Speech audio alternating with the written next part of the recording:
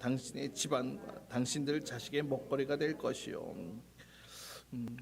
애굽의 종으로 팔려왔던 요셉이었습니다. 그런데 이제는 이 바로를 위해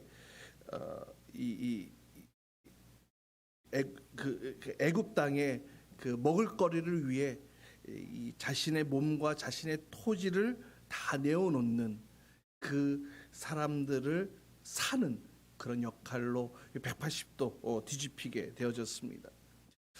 하지만 요셉은 그런 절대적인 권력, 절대적인 위치에 있음에도 불구하고 그들에게 가혹하게 요구를 하지는 않습니다. 오히려 그들의 삶을 보호하고 계속 이어져 갈 수 있도록 하는 보장되어지는 그런 정책을 펴가게 되어지는데요. 비록 그들의 땅을 다 거둘 수 있었지만, 그들의 땅을 다 살 수 있었지만 그 땅의 그 원주민들이 계속해서 그곳에서 살아갈 수 있도록 그곳에서 내쫓지 않았고, 또 그곳에서 삶을 계속해서 이어갈 수 있도록 그 법을 만들어 놓습니다. 그곳에서 살아갈 때에 이 추수의 5분의 1만 세금으로 내어지면 이전과 동일하게 살아갈 수 있도록 그 정책을 마련했던 것인데요. 이 정책을 통하여서 비록 백성들 생명을 유지하기 위해 자신의 토지가 다 잃게 되어진 것은 사실이지만, 그럼에도 불구하고 그 땅에서 노동을 통해 먹거리를 얻고 또 기회를 얻을 수 있는 그 일들이 동일하게 제공되어졌다는 겁니다. 이 5분의 1, 적지 않은 그 퍼센테이지기는 하지만 기원전 18세기의 함무라비 법전에 보면은 이 농부들의 소출을 3분의 1을 내도록, 또 어떤 때에는 그 절반 2분의 1을 내도록 세금을 매겼다, 이런 기록이 남아 있습니다. 그에 비하면 요셉은 5분의 1, 비록 20% 작은 퍼센테이지는 아니지만 이 5분의 4는 또 먹을 수 있도록, 그들이 그것을 소유하고 가질 수 있도록 허락되어진 것이기에 삶을 영해 나가기에 큰 무리가 없도록 그렇게 제공해 주었다는 것입니다. 이 백성들 7년 동안 이어지는 흉년 때문에 요셉에게 또 땅을 다 뺏겼다고 생각할 수도 있었겠지만, 그렇게 부담되어지지 않는 세금을 내어지면 소유했던 땅에서 떠나지 않고 계속해서 살 수 있었기 때문에 25절에 보면은 요셉에게 감사의 이야기를 하면서, 감사 인사를 하면서 25절에 보세요. 스스로 종이 될 것을 그렇게 결정을 합니다. 종이 되겠다.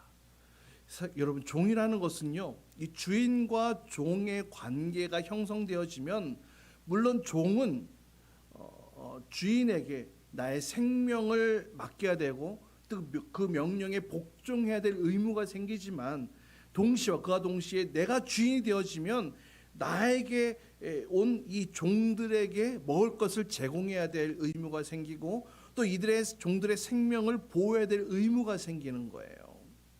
그러니까 이 세상에서 먹고 사는 것이 막막해요. 힘들겠어요. 먹거리가 없어요. 그러니 차라리 종이 되어서라도 이 생명을 유지하는 것이 더 낫겠다라는 판단이 바로 이 애굽 사람들의 선택과 결정이었던 것이죠.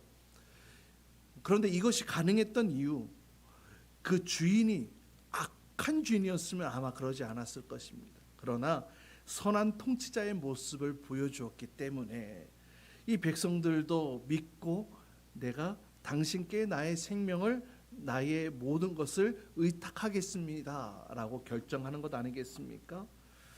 이렇게 요셉은 애굽의 토지법을 정비하면서 이 애굽이 강력한 중앙 집권을, 이 권력을 가진 국가로 발돋움하게 되어졌고요.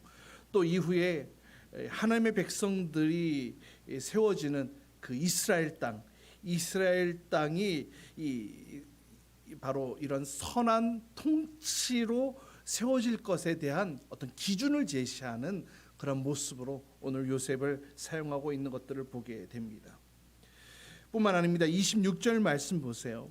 26절에 보니까 다만 제사장의 땅은 바로의 것이 되지 않았다. 그러니까 제사장의 땅은 제사장에게 소유로 그대로 두었다는 것이죠. 여기서 말하는 이 제사장은 이방신을 섬기는 제사장들인 거예요. 애굽 땅이니까 말이죠. 그러나 이 요셉은 이 종교의 권위가 국가의 권력 아래에 속해 있지 않다라는 것을 이 국가와 이 종교 사이에 이 구분점을 조율을 해 놓았던 것입니다. 이후에 이스라엘의 왕권에 의해서도 이 하나님을 섬기는 신앙이 좌지우지되지 않도록 그 전례를 세우는 그런 계기가 마련되어진 것이죠. 하나님 앞에 정직을 선택하고 또 신실한 삶을 살았던 요셉, 이렇게 그의 신실함으로 또 충성됨으로 모든 사람을 살리고 또 합리적인 제도를 세워서 모든 이들을 통해 칭송을 받는 위대한 통치자가 됩니다. 여러분, 이러한 요셉, 바로 왕에게 있어서는 이 요셉이 어떠한 존재였을까 생각을 해보게 됩니다. 진짜 요셉 아니었으면은 진짜 이 요셉의 이 기근을 대처하는 이 일이 없었다면 아마 이 애굽과 가나안 땅의 모든 기근으로 인하여서 얼마나 많은 사람들이 굶어 죽었을 것이고 또 얼마나 힘들었을 것이고, 그렇게 백성이 죽어나가게 되어진다면 이 왕권을 지키는 것도 사실 쉽지는 않았을 것입니다. 얼마나 이 바로 입장에서는 이 요셉이 이 땅의 구원자로 막 느끼지 않았을까, 뭐 이런 생각도 해보게 되는데요. 어쨌든 요셉은 여전히 보디발의 집에서도 또 감옥에서도 그랬듯이 자기에게 맡겨진 그 일들을 충실되게 성실하게 감당했을 때에 하나님께서는 그를 통해 일하시는 것들을 보게 됩니다. 맡은 자에게 구할 것은 충성이라고 말씀하신 것과 같이 우리는 하나님 앞에서 또 사람 앞에서 또 이 신실함으로 충성됨으로 인정받게 되어질 때 하나님께서는 저와 여러분, 그러한 저와 여러분을 사용하시고 더 큰 일을 맡기시고 또 당신의 뜻을 이루어가는 도구로 쓰임받게 되어지기를 간절히 축원합니다. 또 두 번째는 언약의 계승자가 되게 하셨습니다. 요셉을 애굽의 총리로만이 아니라 이스라엘 백성들이 그 백성의 그 명분을 이어가도록 그 계승의 역할도 감당케 했다는 것이죠. 27절 말씀 보세요. 너무나 놀라운 말씀인데요. 지금 기근의 때예요. 흉년의 때입니다. 27절 말씀 함께 읽습니다. 시작.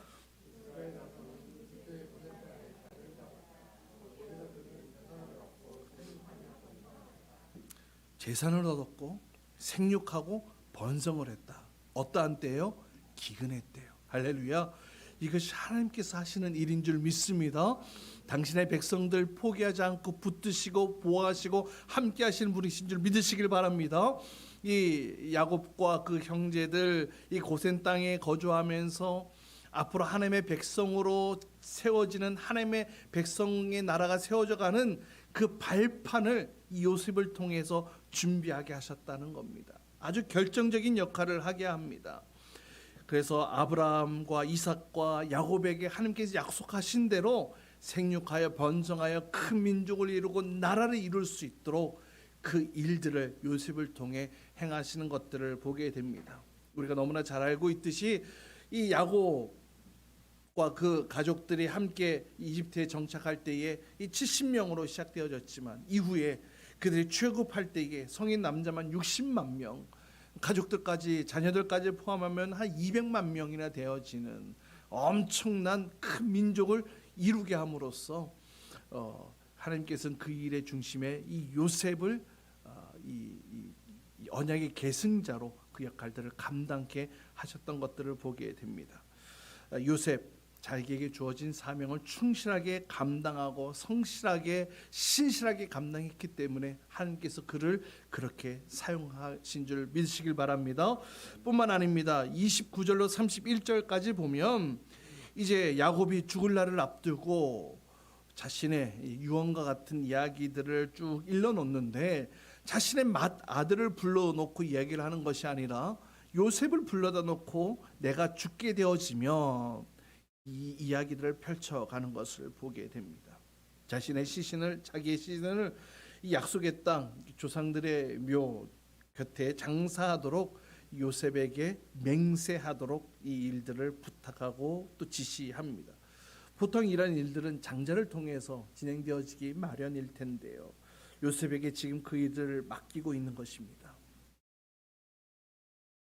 요셉 당시 총리, 애굽의 이집트의 총리로서의 신분으로는 당장 그 일들을 행하는 것이 곤란스러운 상황일 수 있었겠지만 아버지의 뜻을 따라 창세기 50장에 보면 야곱은 가나안 땅에서 이제 장사를 지내게 되는 것을 보게 됩니다.